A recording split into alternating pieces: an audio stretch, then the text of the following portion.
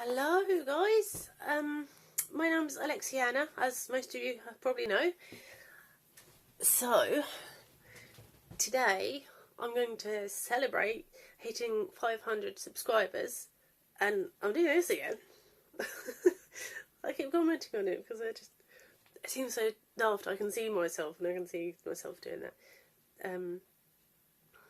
Anyway, I'm going to celebrate hitting 500 subscribers, I can't even speak now, I'm sorry, by doing one of my favourite things. I'm going to tell you a story. So, I hope you enjoy, and please leave any comments in the comments section, because this is an original story that I have written and I just love some feedback on it. Okay.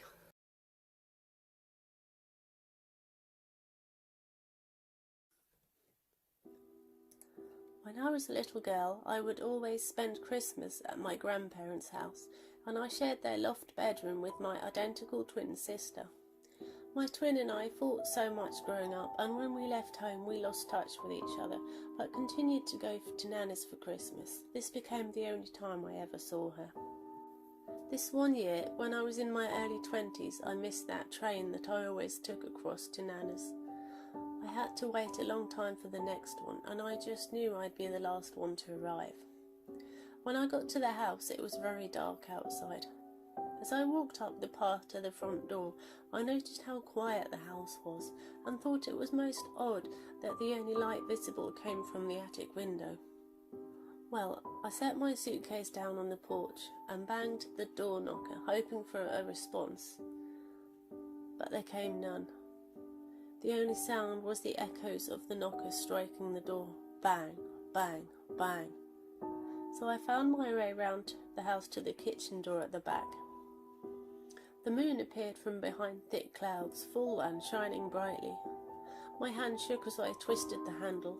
I'd never seen my grandparents' house so still before. The door fell open easily, and I stepped inside, leaving the door gaping behind me. "Hello?" I called out. "Nana?" Silence. "Is anyone there?" I reached for the light switch that I knew was on the wall just inside the door, but it wasn't there.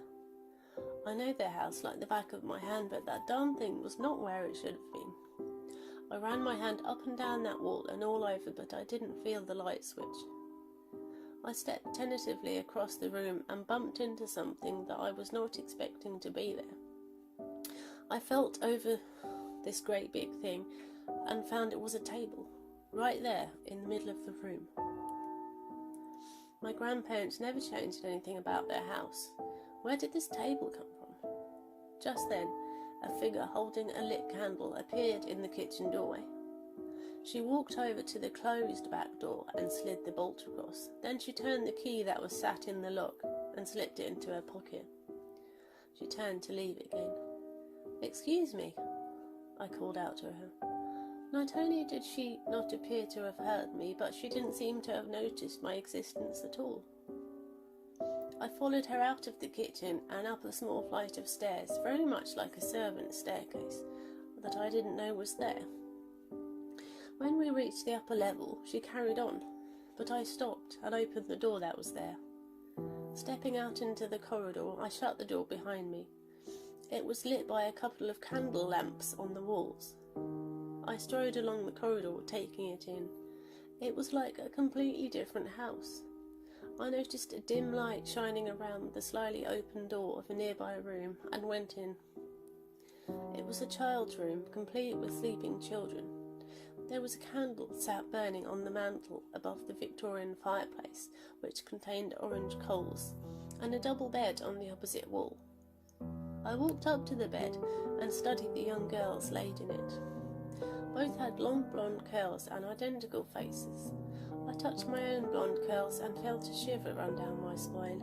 They couldn't be more than 6 years old. The girls were both laid on their sides, facing each other. So I gently lifted the hair of the girl closest to me in order to get a look at her neck. She had a birthmark, just like my Nana's.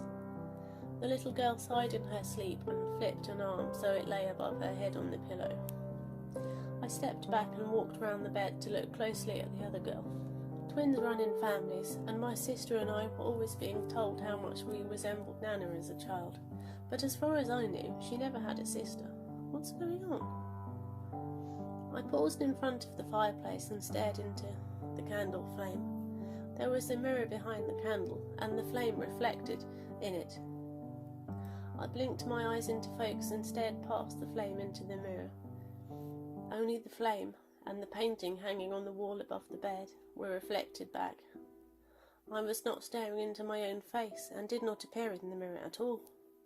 I fainted.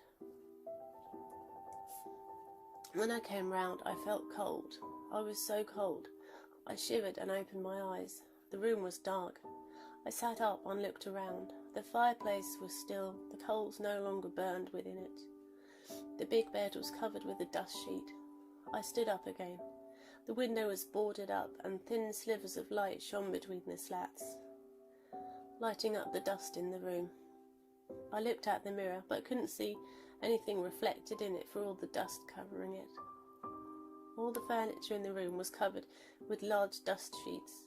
I tried the door, and it opened easily. Stood in the doorway, I saw a pretty lady coming down the corridor. She wore a red dress with huge skirts and her bust pushed up. I stepped out of the room and pressed myself against the wall beside the door, uncertain if she could see me or not. She had frozen and stared out the door. The woman frowned and turned away as if someone had called her name. She went back the way she came from. I looked again at the door I just stepped out of and found that it was boarded up. Not only that, but it looked to have been that way for some time. A shiver ran down my spine, and I turned and ran towards the stairs, seeking sanctuary in the attic. When I got upstairs, the familiar attic room I was used to was only a little different. The strange thing was, I could almost see time passing. I swear the windows got dustier and dirtier the more seconds that passed, and a cobwebby haze slowly fell over the floor and the beds and everything. I slowly walked towards the window and peered through the gloom. It was foggy outside, thick fog, as if the house had been set down on a cloud-covered mountain top. Pushing open the window, I listened for sound and heard nothing. Looking behind me into the room, I could not see anything, but felt as if there had been someone there. My attention was drawn by the happy children's cries from outside, but it was still foggy as before, and I couldn't see anybody. "Let's go up the tree, Ellie," says one little girl. Moments later there is more laughter, followed by a sudden high-pitched scream. "Elsa!" screamed one little girl's voice. There is a thud, accompanied by a simultaneous crack and crying. A shiver runs through me as I listen to the little girl crying out for Elsa over and over again whilst sobbing. The sound gradually fades away. Hearing a ruckus behind me, I look round and see the figure of a maid swinging from the ceiling. A deafening scream ripped from my throat, and I ran from the house so quickly my feet hardly touched the steps on the way down. However, when I reached the back door, it wouldn't open no matter how much I twisted the handle to and fro or how hard I jiggled it. So I ran to the front door and threw it open easily. The fog was gone and dawn was approaching. I ran back to the station and waited for the next one going back home. I later discovered that my Nana, Elizabeth, had once had a twin. She died in an accident when they were little, and she was never talked about after her death.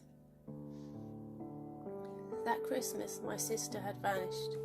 Nana and everybody else had been out looking for her when I was there, so the house had been empty. My twin had been there for a day and a night already when she just disappeared, and all her stuff was still there. To this day, no trace of her has ever been found, and I was too scared to go back to that house.